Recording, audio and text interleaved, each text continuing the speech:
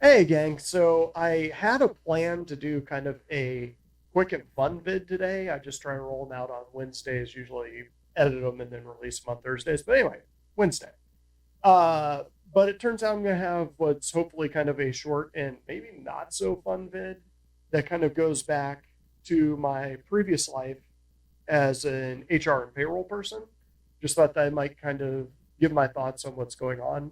And as you can see, I have Todd Pappy's LinkedIn page here. And as you can see, it says Cloud Imperium Star Citizen Live Game Director. He's been there for a while, July 2017 to January 2024. So when Todd is let go or chooses to leave, it's kind of a big deal. There's been some shifting modes and things going on.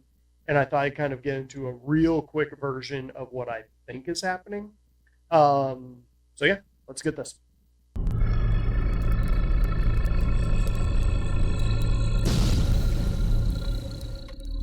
All right, so real quick, I'm gonna sort of talk about me for a second here because YouTuber, of course, I'm a narcissist. Anyway, uh, I started as an artist. That was kind of my whole goal in life. I made a couple vids on that, on kind of my path and the weird steps that it took. I basically studied art all through college. And then towards the later ends, wanted to turn it into game design and specifically computer design. Tried to make my own game. Ran right into the teeth of the dot-com crash. It didn't happen. And because I have a powerful need to eat and not be homeless, I took a job um, as basically the front desk person of a payroll office. And then got promoted through the years and worked my way up until I was doing HR, payroll, and sort of broad finance for various divisions of the place that I worked for. One of the last places I worked for was allergy infectious diseases for a fairly large institution that is fairly influential in those kinds of things. And I stuck with them through the pandemic because I told them I started there before the pandemic started, but obviously as COVID started ramping up, I told them that I'm not planning on retiring from this job, but you got me until this thing calms down a bit. And so that's what I did. I stuck it out. And then once that thing had kind of hit a place where I felt like we kind of had a handle on it, I moved over and became a paralegal, which is the law is something I have a lot of interest in. But I didn't jump ship until I felt like the program had kind of hit a place where me leaving wouldn't screw them over because they wouldn't be like, holy crap, we can't hire people and we have to train someone who knows how to do that kind of stuff. I think that might be going on with some of the higher ups at CIG. So let me get into why. And just so you have something to look at, I'll run this in the background. So here, you can get to watch Squad 42 footage. So you're welcome. Anyways, so a lot of these higher up devs, Todd Pappy, Aaron Roberts, uh, Tony Zervik, a lot of these guys have had designs in their own heads for like dream games they'd like to make. And for the last 10 years or like 7 years in Todd Pappy's case, they've been working with Chris Roberts on his dream, which is Squadron 42 and the Persistent Universe, Star Citizen, basically. And at a certain point, they're going to be like, okay, I have helped you get your dream and your program off the ground. Now I want to go work on mine. And I get that. That's totally reasonable. And it would make sense that right now, with the release of Squadron 42 imminent, and when I say imminent, I mean quarter 4 of this year, quarter 1 of next year, depending on which rumors you believe or which timelines you're looking at, is kind of a realistic timeline that you're kind of like, this project, I did what I could. This thing looks solid. I mean, we set out to make a game that did all of this impossible things that the whole genre said couldn't really be done or wouldn't be done for like 20 years or an unlimited budget. And they did it in 10 years with an unlimited budget, essentially. And now it's here. Now it's going to launch. And a lot of these devs, even the lower down ones, will now be able to do something that they haven't been able to do through the last 10 years of production. And that's they can point at Squadron 42 and say, I helped do that. Like this big ass game, I helped do that. So you can grab me now, or you can grab me once it launches for like double the salary. Now, there are other things going on, obviously, too. And this is kind of where I go back to my life as an HR payroll person, was when you consolidate, which is what Star Citizen or what CIG is doing right now. They're basically taking two separate wings and kind of merging them together. At that point, you start having redundancies. And in a company like this, those redundancies, especially when you're talking like devs, cost a lot of money. Like good people cost money. And sometimes you have to make a decision between this good person and this good person. And it sucks.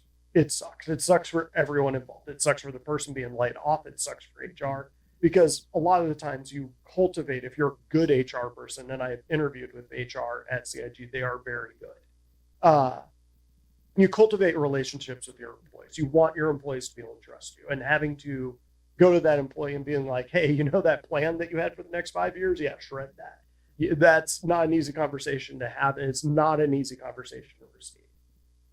So, I mean, my hearts go out to the people that just got laid off that aren't like these super high level devs that will definitely go on to another big project for some other company. Like Todd Pappy is going to be okay. He's going to have another job. He's an influential guy in the industry, especially with this in his back pocket, having run pretty much the whole thing at a high level on the PU. He's going to be okay. But with the merger of Squadron 42 and the PU into one big group, there was going to be redundancies and people were going to be laid off. So I would not start panicking yet. This doesn't mean CIG is going under. It doesn't mean the project is dead. If anything, it just means that CIG is maturing into a real company. And unfortunately, layoffs, consolidations, and considerations of your fiduciary responsibilities is part of that process. And yeah, it's not the fun part of development, but it is a part. So I did want to address one thing. So hang on. Ironically, as they bring up Manchester here, I'll wrap it up with this. So this is Todd Pappy's page. And you can sort of see he's already said, yep, I'm moving on.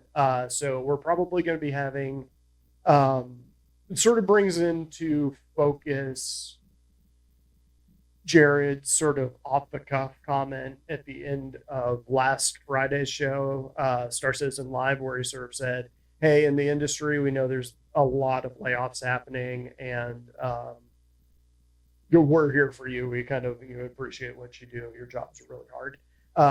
At the time, we were thinking that was a reference to Microsoft's merger with, what was it, Bungie? No, they always had Bungie. Whoever it was that they merged with. And then there was a ton of layoffs. And that's kind of happening across the industry. We thought it was a reference to that of, hey, CIG is going on this huge hiring binge, so it's not them. And now this week, it's starting to hit. I wouldn't be surprised if in the next week or so they make some acknowledgement about this, or they might not. This is the kind of thing that can make investors, which, get this, is us, a little nervous. And you can already see it in the community. Some people, I wouldn't say they're panicking, but they're definitely getting to the point where they're all like, is something happening here? Like Todd Pappy is a big face of this project and has been for a long time. Not that he has a giant face. Anyway, I just wanted to point out Tony Zervik, at least he might not update his LinkedIn. I don't think I've updated my own for at least 10 years. So maybe I should do it. Maybe I would get more jobs. But anyway, in theory, May 2014 to present. So Tony is still there as far as we know until we see this change. But yeah, Tony doesn't update this super often. I think the last time he did was probably May of 2014. But gang, that's all I got for this one. Just it sucks, but it doesn't necessarily signal the end of Star Citizen. So the people who really want that to happen, you can put down your celebratory cheeseburger or whatever the hell you were going to eat or drink to the death of Star Citizen. To people that want to see it happen, it's still happening. This is just a sign of maturation in a comparatively young but quickly growing company. And that's all I got for this one, gang. Catch me next time.